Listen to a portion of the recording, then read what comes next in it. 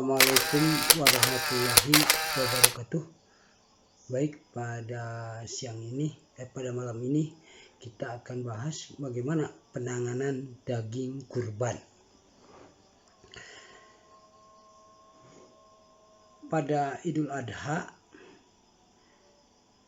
perbaikan gizi protein insya Allah terjadi secara nasional. Yang kaya maupun yang miskin, yang muslim maupun non-muslim, pendukung Jokowi atau Prabowo, semuanya lah insya Allah akan mendapatkan kebahagiaan, mendapatkan kebahagiaan, merasakan nikmatnya makan daging kurban.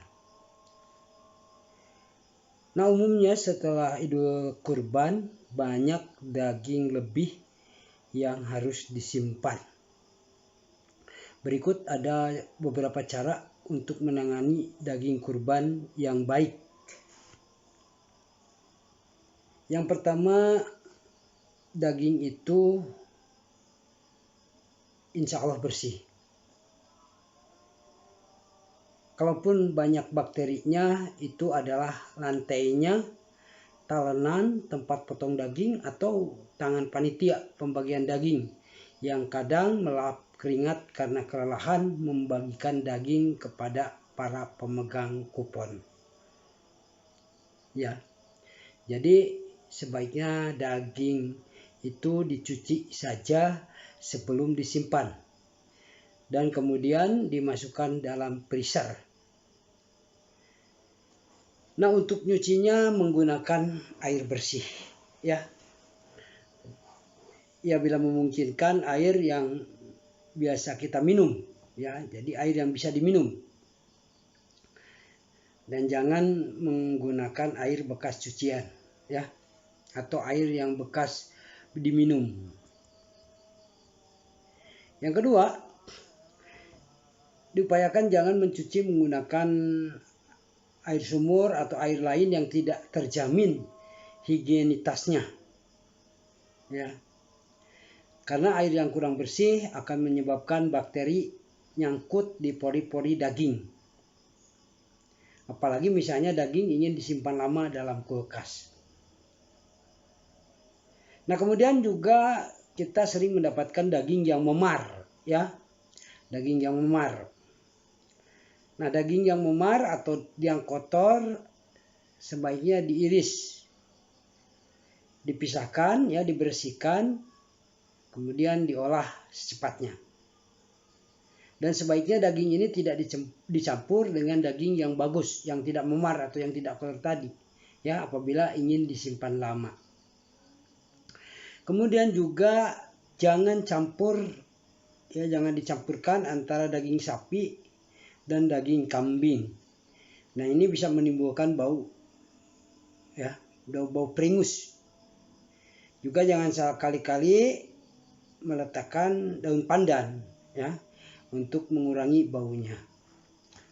Kemudian berikutnya jangan mencampur jeroan dan daging. Nah, ini untuk menghindari kontaminasi silang, ya. Karena jeroan banyak mengandung bakteri dibandingkan daging. Hati dan ginjal dipisahkan, ya, karena hati kadang masih mengeluarkan darah, ya, hingga daging akan lebih basah, apalagi sapinya pernah sakit, ya. Jadi untuk hatinya dipisahkan dengan ginjal, ya, atau yang lainnya, ya, karena sering mengeluarkan darah, ya. Kemudian juga daging ginjal, ya, bisa menyebabkan bau pesing pada daging. Karena pada ginjal terdapat sisa-sisa amoniak yang masih ada, ya, apalagi misalnya sapinya kencing selagi disembelih, ya. Kemudian juga perhatikan rigor mortis daging, ya. Rigor mortis itu yaitu saat daging menjadi kaku. Karena setiap hewan maupun manusia setelah mati atau meninggal dunia, untuk manusia itu akan mengalami kekakuan otot atau di mana saat itu glikogen, ya, gula darah dalam darah dirubah menjadi ATP, ya. Dan ATP ini jika sudah ATP-nya juga sudah habis. Nah, glikogen itu menyebabkan daging terasa ada manis-manisnya, ya. Waktu rigor mortis untuk masing-masing hewan berbeda. Untuk sapi biasanya kurang lebih 12 jam. Ya, pada suhu 24 derajat Celcius atau suhu ruangan. Namun tergantung juga, ya, apabila sapinya kelelahan sebelum disembelih bisa lebih cepat, ya. Karena gula darahnya atau glikogennya sudah berkurang, ya. Jadi secepat mungkin diolah. Kalau sapinya sebelum disembelih diberi makan kenyang, ya, pastilah rigor mortisnya akan lebih lama, ya. Terjadi rigor mortisnya akan lebih lama. Ya. Paling aman, ya, untuk menghindari rigor mortis daging setelah dibersihkan dan dikemas, kemudian disimpan, ya, maksimal 6 jam dari waktu sembelihnya. Ya. Jika daging dimasak atau disimpan saat rigor mortis, maka daging akan berubah menjadi keras, ya, kenyal, ya. Tapi jika menginginkan daging yang kenyal, ya silakan, ya. Kemudian lemak pada daging sebaiknya dipisahkan, ya, bila mana kita ingin menyimpan lama daging dalam kulkas. Lemak masih bisa terjadi, ya, proses rancidity atau ketengikan pada suhu dingin.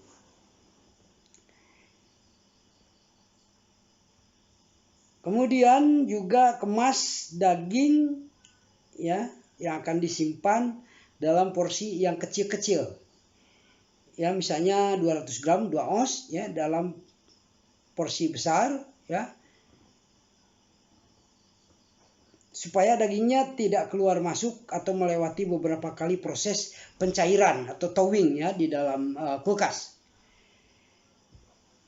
Selain itu dengan daging kecil tentu pencairannya, thawingnya bisa menjadi lebih ringkas, lebih cepat, ya. Daging yang diiris pipih, ini ya kecil-kecil, itu mudah untuk dicairkan atau dikembalikan ke asal, thawing, dibandingkan dengan yang dipotong besar, ya. Nah, kemudian juga untuk disimpan di kulkas atau freezer, gunakan plastik yang bersih, ya. Sebaiknya kotak plastik, ya. Dan jangan pakai kardus, ya, supaya sudah tidak menempel, ya. Kemudian juga, ya, pastikan tentu Anda memiliki kulkas, ya, yang memiliki freezer. Karena daging harus disimpan dalam freezer, ya, yang mempunyai suhu lebih dingin. Sehingga dengan daging beku itu, ya, yang disimpan di freezer bisa bertahan sampai 6 bulan. Bisa sampai bertahan 6 bulan, bahkan sampai setahun, ya. Kemudian juga kita kadang-kadang selalu ingin lihat-lihat, ya. Jangan sering-sering dilihat daging yang ada dalam freezer, ya. Kemudian pada proses thawing, melelehkan kristal air yang dalam daging, ya, itu dikeluarkan setelah diproses setelah keluar dari freezer. Kemudian juga kalau mau dimasak jangan langsung memasak daging dalam keadaan dingin atau keras, ya, karena menyebabkan kematangan daging tersebut tidak sempurna, ya. Bisa terjadi bagian luarnya kelihatan masak tetapi bagian dalamnya tidak, ya.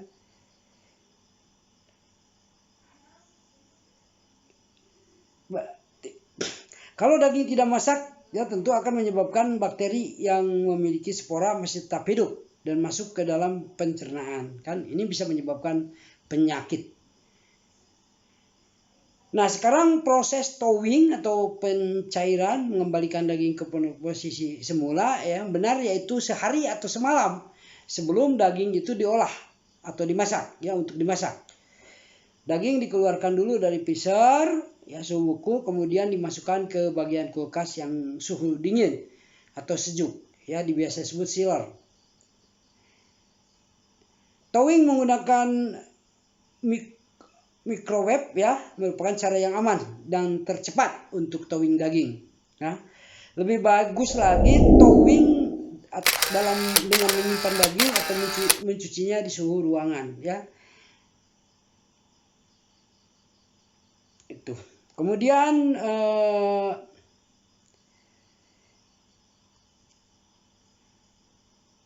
jangan juga melakukan thawing ya dengan merendam daging dalam air.